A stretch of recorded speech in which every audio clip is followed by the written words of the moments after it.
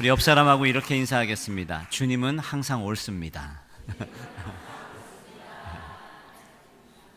또 이렇게 인사하겠습니다. 당신이 있어 행복합니다. 대림절 세 번째 주간을 우리가 맞이하고 있습니다. 대림, 기다릴 때 임할 림이죠. 하나님이 이 땅에 오심을 기다리는 그러한 귀한 절기입니다. 우리가 대림절 세 번째 촛불을 우리가 밝히게 되었는데요. 이 세 번째 촛불은 기쁨의 촛불입니다.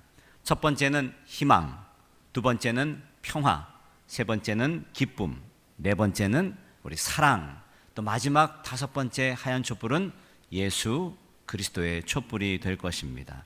그런 의미에서 우리는 사복음서에서 전하는 성탄의 메시지, 특별히 예수 그리스도의 의미를 4주 동안 살펴보고 있습니다. 오늘은 세 번째 시간으로 요한이 전하는 성탄 메시지입니다. 요한은 오늘 우리에게 어떤 성탄의 메시지를 전해주고 있을까요? 마태 그리고 누가는 역사를 기록한 기자였다면 우리 지난주에 나눴던 마가복음은 급박한 현실 가운데 오늘 예수 그리스도는 복음의 시작입니다라는 선포로 예수 그리스도를 우리에게 전해주었습니다. 오늘 요한은 마치 시인과 같이 우리를 예수님의 노래로 이끌고 있습니다. 요한은 이렇게 말합니다. 은유와 상징을 통해서 나는 생명의 떡이다.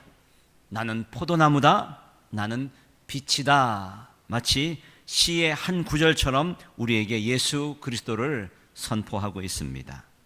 우리 시적 표현이죠.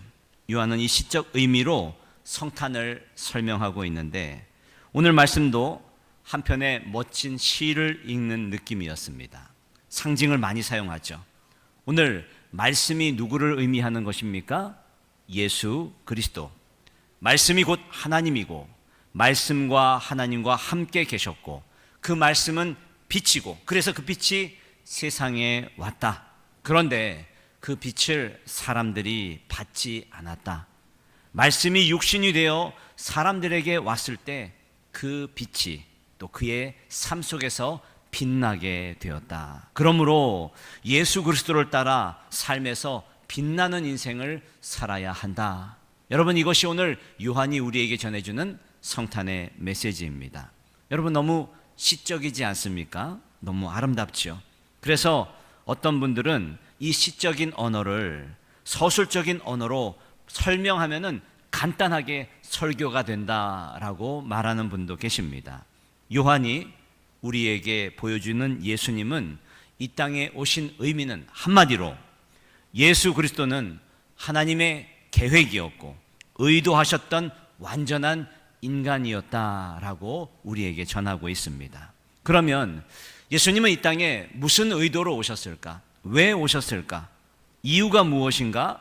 오늘 분명하게 요한복음 1장 12절에 우리에게 일러주고 있습니다. 오늘 요한복음 1장 12절 말씀을 한번 같이 읽어보겠습니다. 시작. 영접하는 자, 곧 그 이름을 믿는 자들에게는 자녀가 되는 권세를 주셨으니. 아멘. 우리에게 왜 오셨을까? 하나님의 자녀가 되는 권세를 주시려고 오셨다. 그래서 오늘 영접하는 자라고 했습니다. 여러분, 영접이 무엇일까요? 조금 익숙하면서도 낯선 단어가 영접이죠. 국어사전에 보니까 손님을 맞아 접대하다라는 의미로 쓰입니다. 우리말로는 받아들이다, 환영하다라는 의미예요. 신약 성경에 이 원어로 보면은 두 가지 의미가 있는데 첫 번째는 데코마이, 받아들이다, 환영하다라는 뜻이고요. 두 번째는 람바노라는 뜻이 있는데 적극적으로 온 마음을 다해 성취하고 쟁취하다라는 겁니다. 그러니까 우리가 환영하는 것보다 더 적극적으로 받아들이고 성취하는 것. 그래서 예수님을 믿는다, 영접한다라는 의미는 생각보다 조금 복잡한 의미가 있어서 예수님이 이 말을 잘 이해하지 못하는 그러한 제자들과 우리들에게 설명하시는 말씀이 요한복음 15장에 보면은 포도나무 비유를 들어서 우리에게 이것을 설명하고 계셔요. 영접하는 게 무엇인가? 오늘 15장 4절 말씀을 같이 한번 읽어보겠습니다. 시작. 내 안에 거하라. 나도 너희 안에 거하리라. 가지가 포도나무에 붙어 있지 아니하면 스스로 열매를 맺을 수 없다. 그러니 너희는 내 안에 있어라. 아멘. 자, 영접한다라는 의미가 세 가지의 동사로 정의될 수 있습니다. 힘을 다해 거해야 한다. 힘을 다해 붙어 있어야 한다. 힘을 다해 이해해야 한다라고 정의할 수가 있어요. 사랑하는 여러분, 그래서 오늘 그분을 영접하는 저와 여러분들의 삶이 되기를 주님의 이름으로 축원합니다. 요한이 우리에게 전하는 메시지, 그를 영접하라, 힘써 이해하라, 힘써 성취하라, 힘써 붙들어라. 오늘 이 세 가지의 말씀을 여러분과 함께 나누려고 합니다. 첫 번째, 예수 그리스도를 힘써 이해해야 합니다. 성탄을 맞이하는 대림절기에 우리가 해야 할 첫 번째 일, 우리는 어떤 교회가 되어야 할까요? 저는 가만히 생각해 보면 오늘 우리 교회는 하나님의 말씀이 생각나는 교회였으면 좋겠습니다. 교회에 오면은 하나님이 생각나고 성전에 엎드려 기도할 수 있는 그러한 하나님이 생각나는 교회가 되기를 주님의 이름으로 축원합니다. 사람들하고 만나면은 예수님이 생각나는 교회가 되었으면 좋겠습니다. 이런저런 생각 말고, 그래서 예수님이 우리와 함께 하셨구나. 자, 예수님이 생각나는 사람들이 되시기를 주님의 이름으로 축원합니다. 우리 옆 사람하고 이렇게 인사하겠습니다. 당신을 보니 예수님이 생각이 납니다. 자, 그 다음으로는 말씀을 이해하는데 힘을 썼으면 좋겠어요. 우리 교회는 어떤 교회인가 라고 생각을 해보니 제가 여기서 강단에서 말씀을 선포해 보니까 분명히 알겠습니다. 목회자는요, 말씀을 딱 전할 때에 이게 튕겨져 나오는 것을 느낄 때가 있어요. 말씀을 잘 안 듣는구나, 흡수가 되지 않는구나. 자, 그런데 우리 교회는 말씀을 던지면 스폰지처럼 흡수하는 교회입니다. 아마 여기 서 보면은 누구든지 다 느낄 수 있는 걸 거예요. 누구보다도 말씀을 잘 듣고 그것을 붙잡고 살아가려고 애쓰는 분들이 많이 있습니다. 신방을 가다 보면 목사님이 말씀하셨던 그때 그 말씀이 참 굉장히 힘이 되었고 그 말씀을 붙잡고 살아가려고 애쓰고 있습니다 라고 간증하는 분들을 만나게 됩니다. 저는 우리 교회가 말씀을 이렇게 이해하고 애쓰는 교회가 되었으면 좋겠습니다. 또 우리 교회는 이렇게 추운 날씨에도 보이지 않는 곳에서 수고하는 분들이 많은 교회입니다. 제가 이렇게 다니거든요. 예배 전에 주차장으로 나가가지고 이렇게 한 바퀴를 돌면서 수고하는 분들 그렇게 딱 손을 잡아드리면 얼마나 차가운지 몰라요. 그런데 얘기를 듣고 깜짝 놀랐습니다. 여기에 일주일, 2주일 봉사한 게 아니라 벌써 20년이 넘었어요 라고 하시는 분들, 작게는 5년부터 길게는 20년 동안 그 자리를 지키셨더라. 얼마나 감동적인지 모르겠어요. 오늘 보이지 않는 곳에서 수고하는 아름다운 손길들, 하나님께서 오늘 그들의 삶을 세워주시고 건강과 자녀들을 책임져 주실 줄로 믿습니다. 성경 통독을 하는데 14독, 제일 많이 하신 분이 2025년에 14독을 하셨어요. 대단하지 않습니까? 참 성경을 보실 때에 눈도 좀 침침하시고 어두울 텐데 그렇게 말씀을 찾아서 읽는 모습을 생각을 해보니 정말 가슴이 뭉클해집니다. 사랑하는 여러분, 우리 교회는 그런 교회인 줄로 믿습니다. 제가 여기서 다 설명드리지 않아도 우리 교회는 하나님이 생각이 나고 예수님이 생각이 나고 또 서로 배려하고 용서하고 또 이해하고 또 세워주는 그런 좋은 교회인 줄로 믿습니다. 특별히 우리 교회 장로님들은 칭찬받을 만합니다. 항상 모든 예배에 적극적으로 진심으로 예배하는 모습들을 제가 보았습니다. 기도도 참 열심히 하셔요. 그것뿐만 아니라 주일에 나오는 것뿐만 아니라 주중에도 수시로 교회에 오셔서 모든 대소사를 내 일보다 내 사업보다 더 잘 챙기셔요. 한 장로님이 저에게 죄송하다고 얘기를 하는 겁니다. 뭐가 죄송하냐라고 했더니 직장이 교회하고 멀어서 주중에 잘 오지 못해서 죄송하다라고 전해 주셨습니다.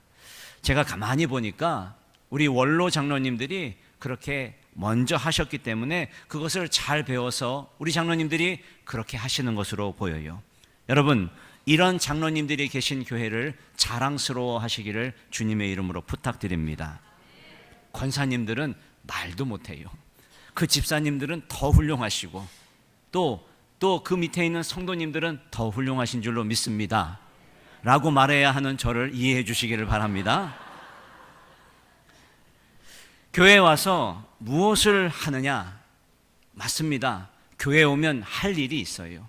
교회에는 우리가 해야 할 일들이 많이 있습니다. 그러므로 그 귀한 사명들을 잘 감당하는 저와 여러분들의 삶이 되기를 주님의 이름으로 축원합니다. 자, 그런데 이 땅에 오신 예수님을 영접하기 위해서 우리가 첫 번째로 말씀을 이해하려는데 애써야 합니다. 코카콜라 사장이 어느 기자회견에서 내 몸에는 피가 흐르는 것이 아니라 코카콜라가 흐르고 있다라고 했던 것을 기억합니다. 코카콜라에 대한 사랑, 콜라에 대한 확신을 한마디로 함축하고 있는 것이죠. 저는 그분에게서 열정을 봅니다. 파리의 연인에서 이동건 씨의 명대사, 내 안에 너 있다. 여러분, 이 한마디로 수많은 여성 팬들을 울리고 그리고 일약 스타가 될 수 있었습니다. 여기에 우리 이태원 교회의 슬로건 뭔지 아시죠? Jesus inside. 내 안에 예수님 있다. 여러분, Jesus inside 이태원 교회, 오늘 우리 내 안에 예수님이 있는 교회가 되는 줄로 믿습니다. 요한이 예수님을 설명하면서 이렇게 설명을 하고 있습니다. 내 살을 먹고 내 피를 마시는 사람은 영원한 생명을 누릴 것이며 내 살을 먹고 내 피를 마시는 이는 내 안에 머물고 나도 그 사람 안에 머문다라는 말씀이에요. 오늘 내 살은 참된 양식이다, 내 피는 참된 음료다라고 했습니다. 살을 먹고 피를 마신다? 어떻게 보면 섬뜩하게 들릴 수도 있습니다. 때문에 유대인들은 오해를 받았죠. 이 사람이 미쳤다. 어찌 자기 살과 피를 주어 우리를 먹고 마시게 하느냐. 요한복음 6장 52절의 말씀이에요. 그래서 오병이어의 기적 이후에 사람들이 다 떠나가는 이유가 바로 이 말씀 때문입니다. 그뿐만 아니에요. 기독교가 로마의 핍박을 받을 때에 사람들이 인육을 먹는 종교라고 해서 핍박을 했습니다. 그러나 예수님께서 당신의 살과 피를 먹고 마시는 이 의미를 십자가 지시기 전날 밤 제자들에게 떡과 포도주를 나눠주면서 그 의미를 설명해 주고 계셔요. 내 살과 내 피로 세우는 새 언약이다. 조금 더 이해를 돕기 위해서 설명하면 유대인들에게 몸이란 인간 관계를 말합니다. 내 몸을 먹는다라는 의미는 사랑의 사귐을 갖는다라는 의미예요. 또 피는 생명입니다. 피를 나눈다라는 의미는 친밀하다라는 의미가 되겠죠. 단순한 관계가 아니라 당신이 보여주었던 진정한 사랑을 오늘 그런 인간관계를 맺고 살아가겠습니다. 당신이 보여준 희생하고 헌신하는 그러한 이타적인 삶을 살겠습니다. 자, 그런 고백이 있는 말입니다. 사랑하는 여러분, 내 몸을 먹으라, 내 피를 마시라. 내 몸 안에 예수 그리스도가 흐르고 있다. Jesus inside. 자, 이 의미가 갈라디아서 2장 20절에 아주 고스란히 드러나 있는데 이 말씀을 한번 같이 읽어보겠습니다. 내가 그리스도와 함께 십자가에 못 박혔나니 그런즉 이제는 내가 사는 것이 아니요 오직 내 안에 그리스도께서 사시는 것이라. 이제 내가 육체 가운데 사는 것은 나를 사랑하사 나를 위하여 자기 자신을 버리신 하나님의 아들을 믿는 믿음 안에서 사는 것이라. 믿으시면 아멘 하시기 바랍니다. 이것이 이 땅에 성육신하여 우리에게 찾아오신 성탄의 가장 큰 의미입니다. 그러므로 사랑하는 여러분, 애써 말씀을 이해하는 데 노력하시기를 바랍니다. 두 번째, 힘을 다해 성취해야 합니다. 힘을 다해 하나님의 말씀을 이 땅에 보여줘야 된다라는 의미예요. 하나님은 보이지 않는 실체입니다. 그러나 오늘 보이지 않는 실체가 보이는 실체가 온 것이 바로 성육신, 성탄의 사건입니다. 그저 말씀만으로 끝나는 것이 아니라 우리에게 보여주셨습니다. 요한은 그래서 나는 세상의 빛이라 라고 얘기를 하는 것이죠. 무릇 나를 따르는 자는 어두움에 머물지 않고 빛에 나와 나를 따를 것이다. 자, 보여주는 것을 통해서 우리가 하나 되는 교회가 되기를 주님의 이름으로 축원합니다. 이것이 성탄의 의미예요. 신앙은 자녀들과 함께 예배하는 것이고 자녀들에게 우리의 신앙을 보여주는 겁니다. 특별히 자녀들을 가지신 분들은 기억하시길 바랍니다. 지금까지는 본인의 신앙을 위하여 스스로 증명하고 살았다면 이제부터는 여러분 자녀들을 위하여 새로운 기준을 가지고 신앙생활을 하시기를 바랍니다. 아빠의 신앙은 자녀의 내일의 신앙입니다. 엄마의 신앙은 자녀의 내일로 증명될 것입니다.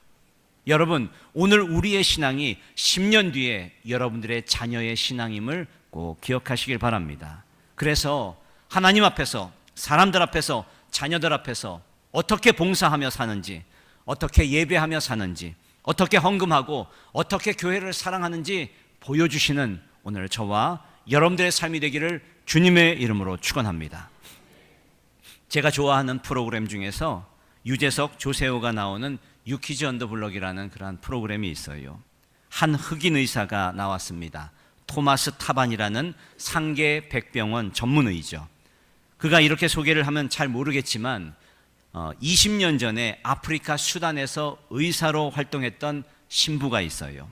이태석 신부입니다. 이 사람은 암으로 숨졌는데 그래서 울지마 톤즈라는 그러한 다큐 영화를 찍었습니다. 그때 이태석 신부 옆에서 약을 나눠주고 약을 가지고 다니던 조그만 꼬마 이야기였는데 그 꼬마가 한국에 와서 의학 공부를 해서 전공의가 된 것이죠. 그는 말합니다. 실력 있는 의사보다 신뢰받는 의사가 되고 싶다. 방송이 나가고 많은 댓글이 달렸습니다. 그 중에 병원을 갔는데 한 흑인 의사가 앉아서 외모로 사람을 판단해서 너무 죄송합니다 라는 댓글이 제일 많았습니다. 토마스는 말합니다. 저 사람이라면 나를 고쳐줄 수 있을 것 같은 의사가 되고 싶다고. 왜냐하면 이것이 신부님이 내게 보여주신 삶입니다 라고 고백을 했어요. 참 감동이 됩니다. 저는 이태석 신부를 잘 몰라요. 그렇지만 토마스 타반 의사 선생님을 통해서 그분의 신앙을 그리고 그 너머에 있는 예수 그리스도의 살아있음을 보게 되었습니다. 그래서 저도 궁금했어요. 내 모습에, 내 신앙의 모습은 어떠한 모습일까? 10년 후에 우리 딸들의 신앙은 어떤 모습일까? 오늘 우리의 자녀들의 신앙으로 나의 신앙을 증명하고 싶습니다. 그러므로 힘써 성취하십시오. 힘써서 보여주십시오.